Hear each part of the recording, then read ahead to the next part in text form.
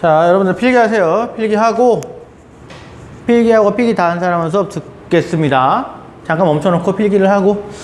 여기 7번 밑에 8번도 있는데 8번은 그냥 수업 좀 칸이 모자라니까 수업을 하면서 필기하도록 하겠습니다. 맞아 적고 다 적은 사람은 플레이하고. 지난 시간에 수업을 하다가 중간에 끊겨가지고 다시 한번 얘기를 해야 될 것 같아요. 핸드폰으로 찍다 보니까 이게 전화가 오거나 문자가 오면은 동영상이 분리돼서 찍혀버리더라고요. 자, 지난 시간에 OX 얘기를 했는데 뭘 했냐면 테일러 관련해서 그 얘기를 했습니다. 테일러 관련해서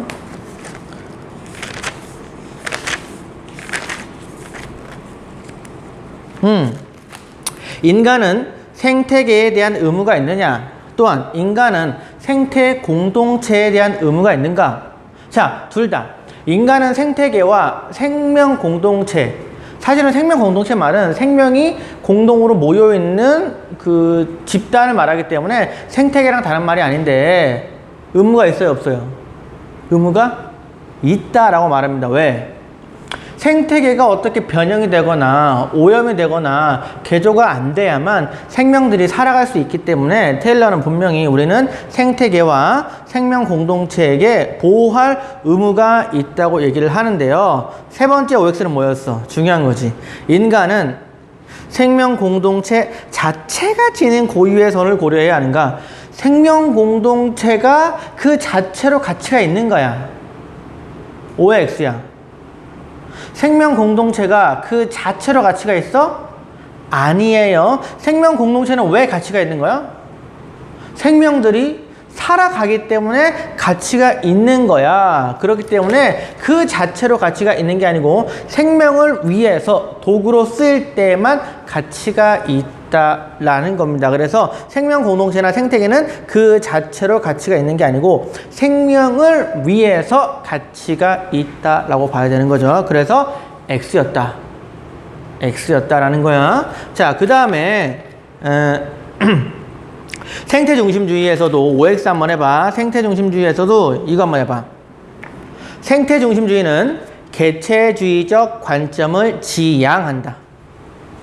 개체주의적 관점을 지향한다. 생태중심주의는 개체주의적 관점을 지향한다. OX야. 생태중심주의는 개체주의적 관점을 지향한다. O야. 자, 지향이라는 건 뭐야? 추구하지 않는 거야. 추구하는 건 우리가 지향이라고 그래. 지향.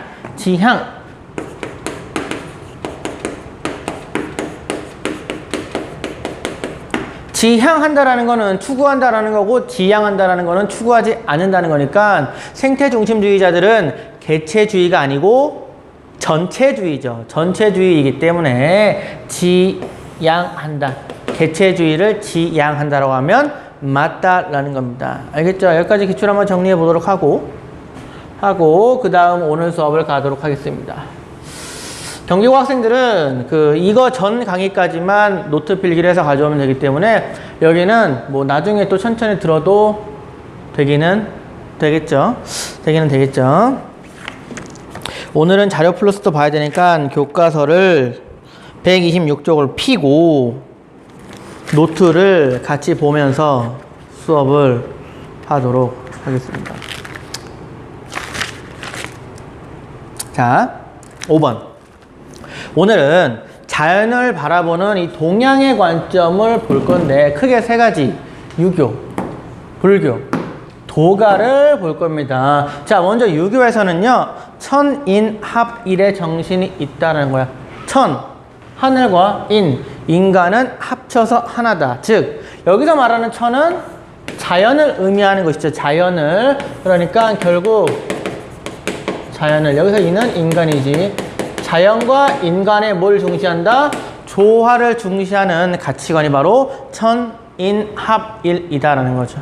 자연과 인간의 조화. 그래서 우리 동양에서는, 특히 유교에서는 건축물을 봐도 인간과 자연의 관계를 알 수 있는데, 여러분들 베르사유 궁전 가봤어요? 베르사유 궁전?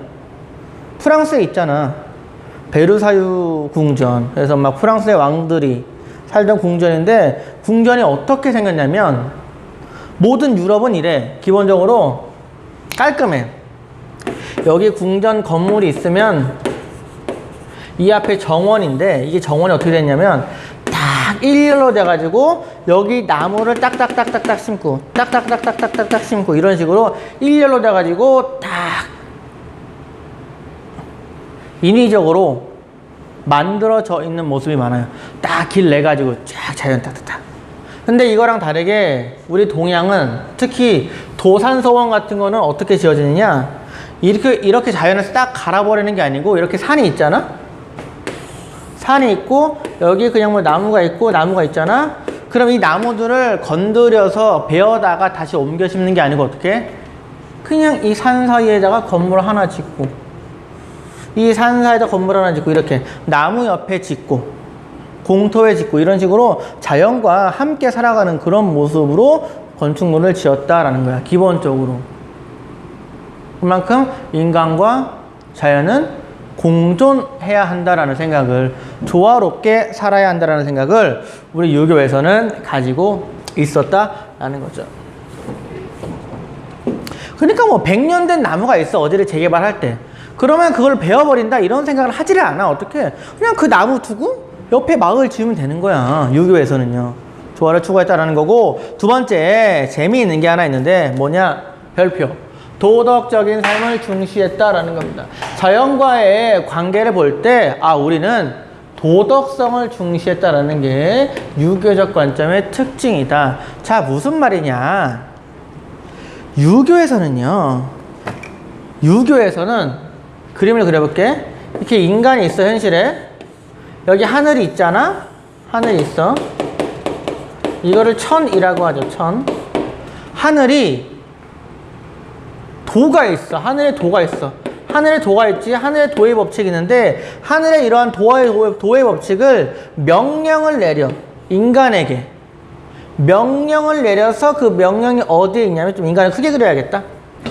이렇게 인간을 크게 그려서 인간의 마음속에다가 성으로 명령을 내려. 성, 이거 우리가 같은 말로 본성이라고도 하는데, 인간에게 명령을, 하늘의 도를 인간에게 명령을 내려서 명했다라고 합니다. 명했다라고 해서 성에다가 딱 어떤 명령을 내려놔.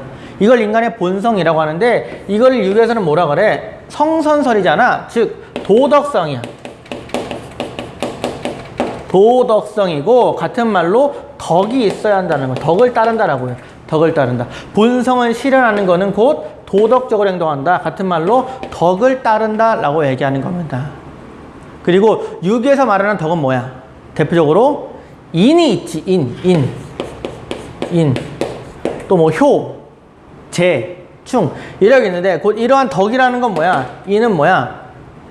사람에 대한 사랑이잖아.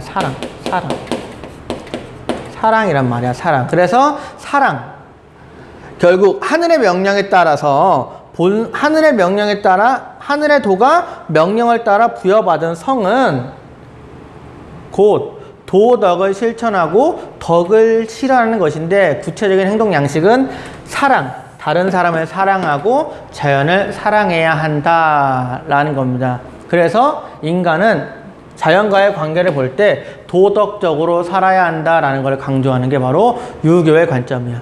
모든 거를 도덕적인 관점에서 바라보려고 했다라는 겁니다. 그 내용을 읽어볼 거야. 자료 플러스 봐봐. 동양 사상의 자연관이야. 첫 번째, 자신의 마음을 남김없이 실현하는 자는 자신의 본성을 이해하게 된다. 자, 자신의 마음에 뭐가 부여돼? 본성이 부여된다 그랬어. 자기의 마음에 본성이 부여된다. 그래서 자신의 마음을 남김없이 실현하는 자는 자신의 본성을 이해하는 것이고, 이 성은 뭐야? 이 본성은 하늘의 도가 인간에게 내려온 거야. 하늘의 도가 인간에게 내려온 거. 자, 자신의 본성을 이해하면 하늘을 이해하게 된다. 그렇지? 자신의 마음을 간직하고 자신의 본성을 기르는 것은 하늘을 섬기는 방법이다. 왜? 하늘의 도를 명령했단 말이야. 인간의 마음속의 성으로서.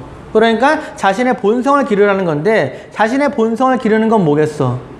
도덕의 실천이라는 거야. 계속 읽어본다. 일찍 죽고 오래 사는 것에 개의치 않고 다만 자신의 몸을 닦아서 수기한다라는 거지. 동양유학에서 자신의 몸을 닦는다라는 거는 수기, 즉 도덕적인 성숙을 의미하는 거야. 도덕적인 성숙. 수기에서 명을 기다리는 것이 명을 바르게 세우는 것이다. 자신의 도덕성을 향상해서 하늘의 명을 따르려고 하는 거는 곧 그 도덕적인 상승이 명을 바로 세운다. 명을 따르고 있다라는 거지. 자연을 본받고 있다라는 겁니다. 자연을 본받고 있다라는 거야. 이 내용입니다. 그러니까는 도덕적인 삶을 중시하는 게 자연과의 관계에서 우리가 유교적 관점에서 알 수 있는 것이다. 자료 플러스에 있기 때문에 상세하게 설명을 한 겁니다. 자, 두 번째. 불교 갑니다. 불교를 가면은요, 세 가지 점에서 우리는 자연과의 관계를 알 수 있는데, 첫 번째, 연기론이야. 연기론이라는 건 뭐야? 이 세상의 모든 존재는 그물망처럼 연결이 되어 있다라는 게 연기론이지. 연기론. 그래서 모든 존재는 상호 의존적 관계에 있기 때문에 나의 이익만 추구하는 게 아니고 다른 사람에게 자비를 베풀어야 한다는 평등한 세계관을 보여주는 게 바로 연기론이죠. 자비를 베풀라는 평등한 세계관을 보여주는 게 연기론이다라는 거고, 두 번째, 불살생이 있어요. 불살생은 뭐야? 살생하지 말아라. 생명을 죽이지 말아라는 거고, 서양으로 따지면 생명보호, 생명 존중의 정신을 우리가 알 수 있다라는 겁니다. 마지막으로 무소유는 다 버려라, 다 덜어내라 라는 거죠. 그래서 자연을 통해서 어떠한 인간의 부귀영화를 누리려고 하지 말고 그냥 자원을 절약하고 자연을 보호하고 환경을 보호해야 한다라는 것이, 나무가 있으면 저 나무를 깎아서 어떤 노트를 만든다거나 뭐 이렇게 나의 뭐 부귀영화를 위해서 자연을 막 이용하거나 개발하거나 착취하는 게 아니라 그냥 가지려고 하지 말고 자연을 그대로 둬라 라고 얘기할 수가 있겠죠. 세 번째, 도가입니다. 도가는 우리가 두 가지를 알아볼 건데, 첫 번째 무위자연이야. 무위, 인위적으로 하지 말고 뭔가 억지로 하지 말고 자연, 그냥 그렇게 따라라, 자연을 따르라, 스스로 그러해라 라는 거지. 무위, 인위적으로 하지 말고 스스로 그러해라, 그냥 자연스럽게 살아가라 라는 거죠. 이 말은 곧 인간의 인위적인 의지나 욕구를 버리고 그냥 그대로 자연의 순응해서 살아가라. 저 산을 개발하거나 저 나무를 깎거나 저 강을 이용하거나 등등 어떻게 인간의 인위적인 의지나 욕구 때문에 자연을 변화시키거나 이용하려고 하지 말고 자연을 따라서 그냥 산신령처럼 산에 들어가서 해가 뜨면 일어났다가 해가 지면 자고 이런 식으로 자연을 순응하는 삶을 살아야 한다는 게 바로 도가의 가르침. 결국 자연은 이용하는 것이 아니고 자연은 순응해서 함께 그냥 살아가는 거야. 같이. 결국 여기 세 가지는 뭐야? 서양에서는 이분법적 세계관이 있다 그랬어요. 인간과 자연을 나누고 인간이 우위에 있다 이런 얘기하는데, 사실은 동양은 그러한 이분법적인 세계관이 아니고 인간과 자연은 나누는 게 아니고 조화롭게 같이 봐야 한다. 인간은 자연의 일부이다. 이런 생각이 상당히 잘 들어가 있죠. 이런 가르침 때문에 오늘날에 있는 서양 환경윤리학자들이 동양 윤리에 대해 상당히 관심이 많아요. 한국에도 굉장히 자주 오고 유불도 연구도 많이 하고. 그 다음에 환경 문제를 볼 건데, 첫 번째 원인은 뭐야? 도구적 자연관이야. 도구적 자연관. 자연을 도구라고 생각하고 자연은 도구이기 때문에 인간을 위해 쓰일 때에만 가치가 있다는 게 바로 도구적 자연관인데, 이러한 도구적 자연관 때문에 환경이 오염됐다라는 거죠. 그런데 오늘날의 환경 문제는 특징이 5가지가 있어. 첫 번째, 자정 능력의 범위를 초과했다. 여러분들, 지구는요, 스스로 자신의 오염을 정화할 수 있는 자정 능력이 있어요. 근데 그게 오늘의 환경 오염을 담기에는 부족해. 왜? 환경 오염이 너무나 심각하게 이루어지고 있기 때문이지. 인간이 똥오줌만 싸면은 그냥 그러한 똥오줌은 정화가 되겠지만, 인간이 폐수도 버리고 그리고 뭐 여러 가지 것들 오염을 시키기 때문에 그 오염들, 뭐 비닐봉지도 버리고 플라스틱도 버리고 이런 것들은 지구의 자정 능력을 초과했기 때문에 자정이 안 되고 오염이 되고 있다라는 거지.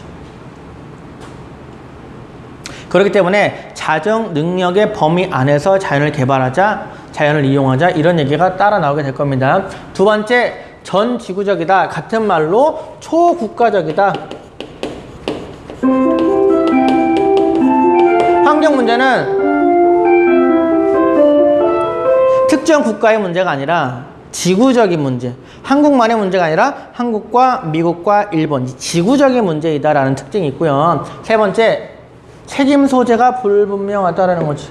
환경이 오염이 되는데 과연 이 환경 오염의 주범은 누구인가 라는 거지. 한강이 오염이 되는데 과연 한강을 오염시키는 주 원인은, 주요 책임은 누구에게 있는가.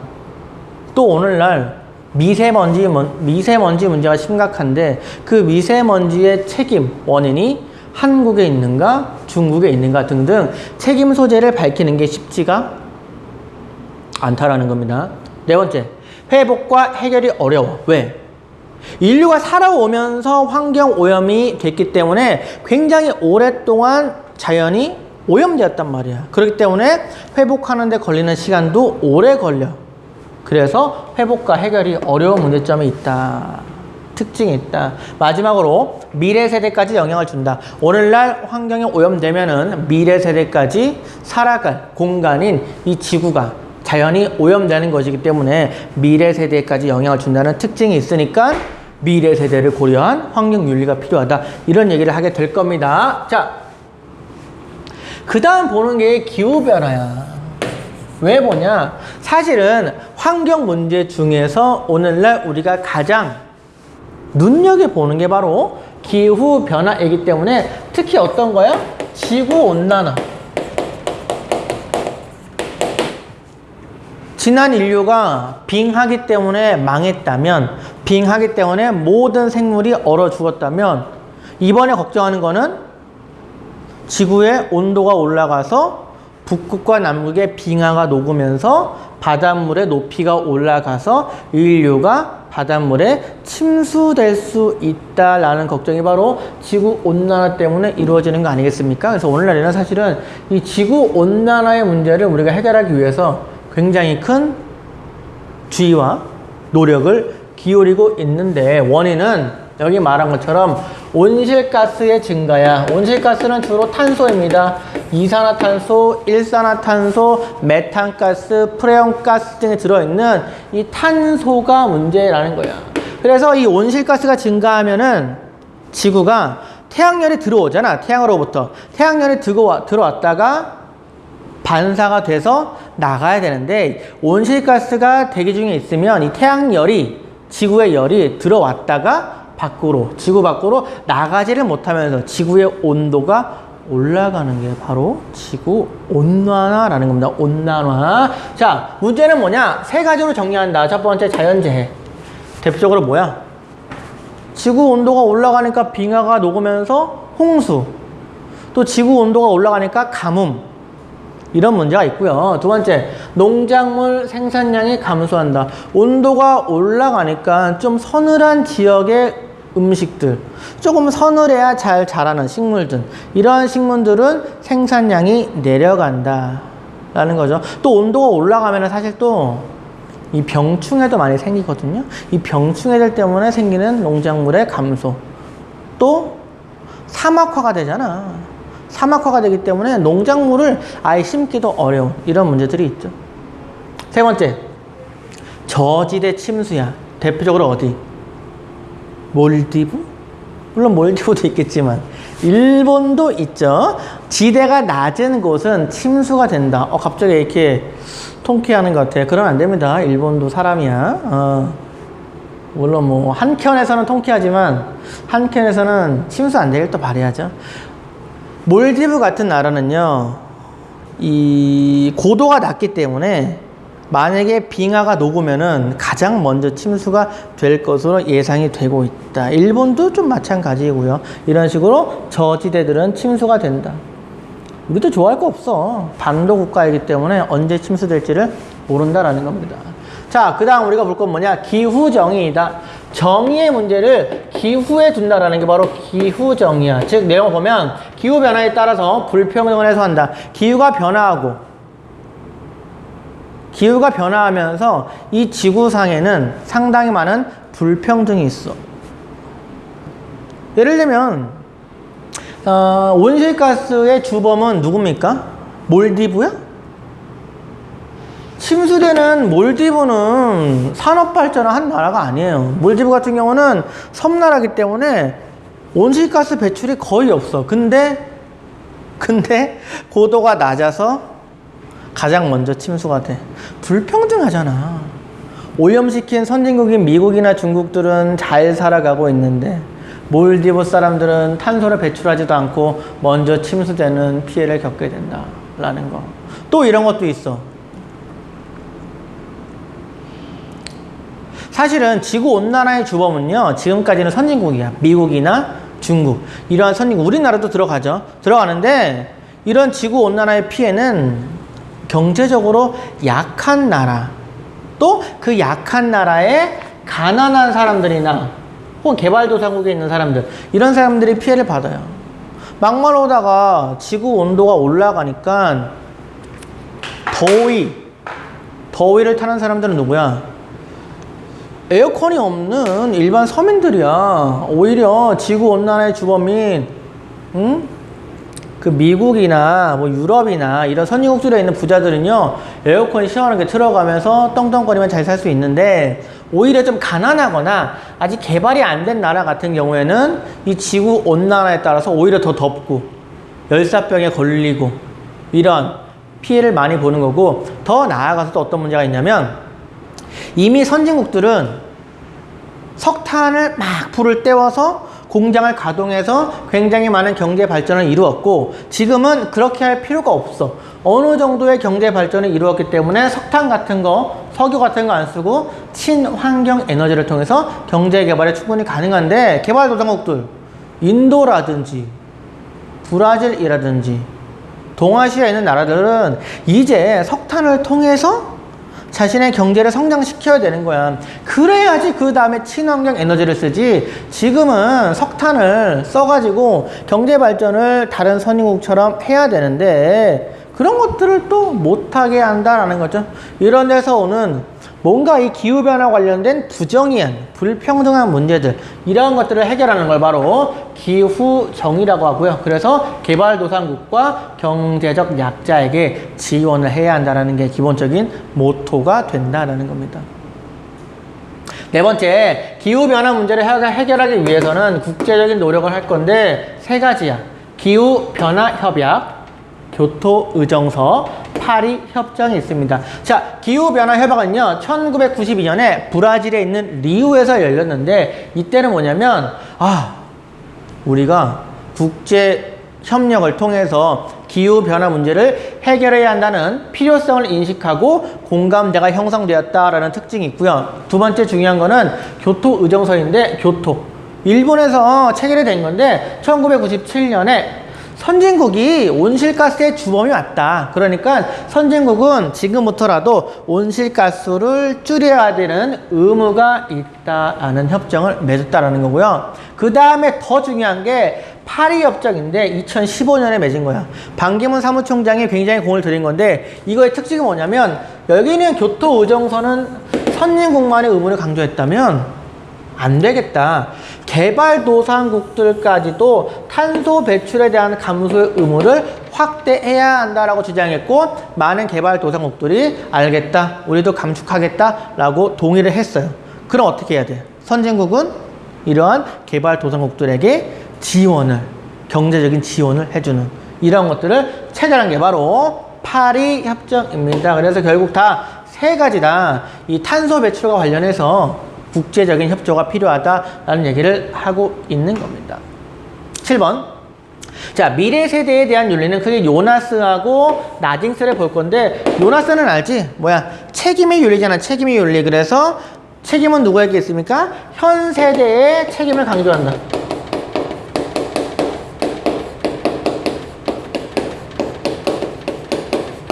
미래 세대에 대해서 현 세대가 책임이 있기 때문에 일방적 책임, 절대적 책임, 비호혜적 책임을 져야 한다는 거지. 같은 말로 현 세대만 미래 세대가 아름다운 환경에서 깨끗한 환경에서 살 수 있도록 책임을 지고 행동해야 한다는 거고요. 우리가 지금 여기서 처음 보는 건 뭐야? 나징스의 배려 윤리잖아. 자, 이건 뭐냐? 뭐야? 본필 어디 갔어? 이거 뭐냐? 미래 세대를 배려하자라는 거야. 현 세대는 미래 세대를 배려해야 한다. 윤리의 근본을요, 나징스는 칸트처럼 이성에 두지 않아. 이성을 통해서 어떠한 도덕 법칙을 발견해서 실천한다? 그딴 건 필요 없다라는 거야. 도덕의 근본은 배려한다라는 거야. 예를 들면 이런 거야. 길을 지나가는데 노숙자가 있어. 노숙자가 있을 때 딱 하는 말이 저 노숙자는 성실하게 일하지 않으니까 그냥 저렇게 고생하는 거야 라고 휙 지나가는 게 아니고 저 노숙자가 성실하게 일하지 않아서 고생을 하더라도 그냥 그런 이성적인 판단보다 더 중요한 건 뭐야? 저 추운 노숙자를 위해 내 외투를 벗어다가 덮어주는 배려를 해야 한다는 게 그게 바로 윤리의 가장 기본이다라고 주장하는 게 바로 나징스라는 겁니다. 나징스. 그래서 우리 인류는 미래 세대에게 이러한 배려를, 따뜻한 배려를 해야 한다라는 거고 나징스는 이러한 배려의 원형이 있어.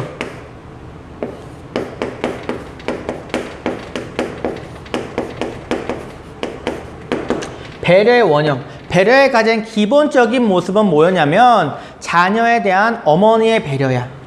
자녀에 대한 어머니의 배려.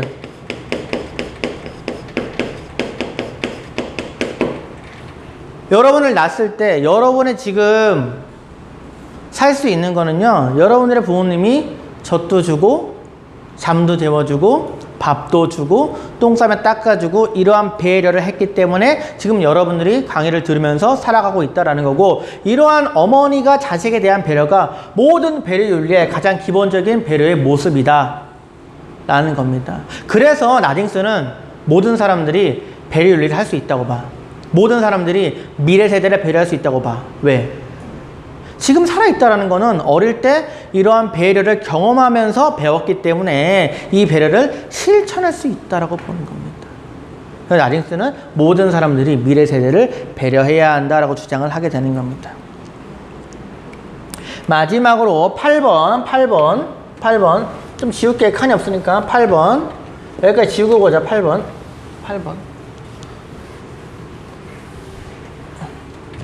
8번입니다. 8번. 자, 그러면 우리는 앞으로 어떠한 환경 보호를 해야 되는가? 이렇게 정리합니다. 환경적으로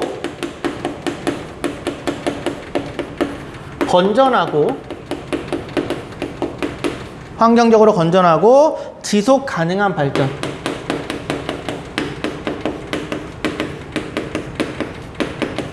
환경적으로 건전하고 지속 가능한 발전. 자연도 보호하면서 환경적으로 건전하면서 지속 가능한 발전. 인간도 발전한다. 개발을 해야 한다는 거지. 자연과 인간의 개발 둘 다 잡겠다라는 겁니다. 정리를 해보면은 첫 번째, 개발론과 보전론을 절충했다.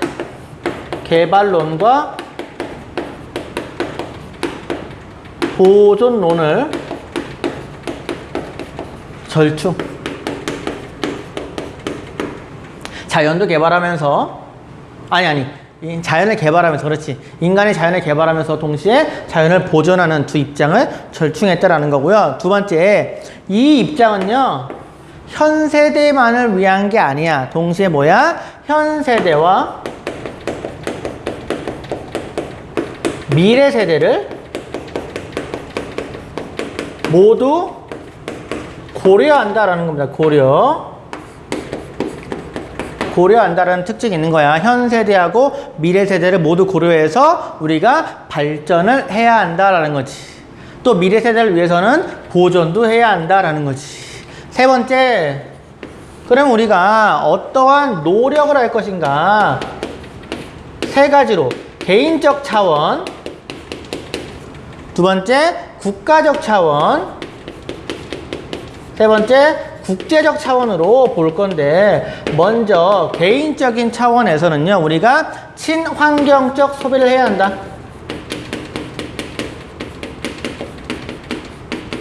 요즘 제일 많은 게 뭐야?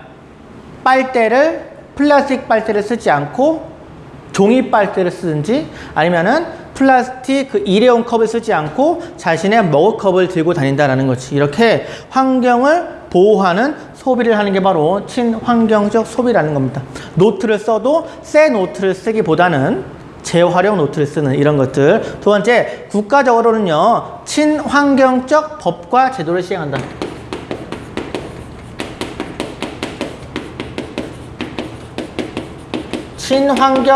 친환경적인 법과 제도를 시행한다라는 거죠.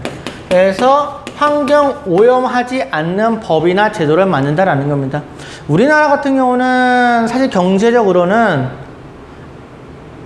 좀 마이너스이긴 하지만 원자력 발전 대신에 태양열이나 풍력 같은 이러한 친환경적 재생에너지 개발을 해야 한다는 정책 같은 것들을 시행하고 있는데, 제도를 시행하고 있는데, 이러한 움직임을 가져야 한다는 거지.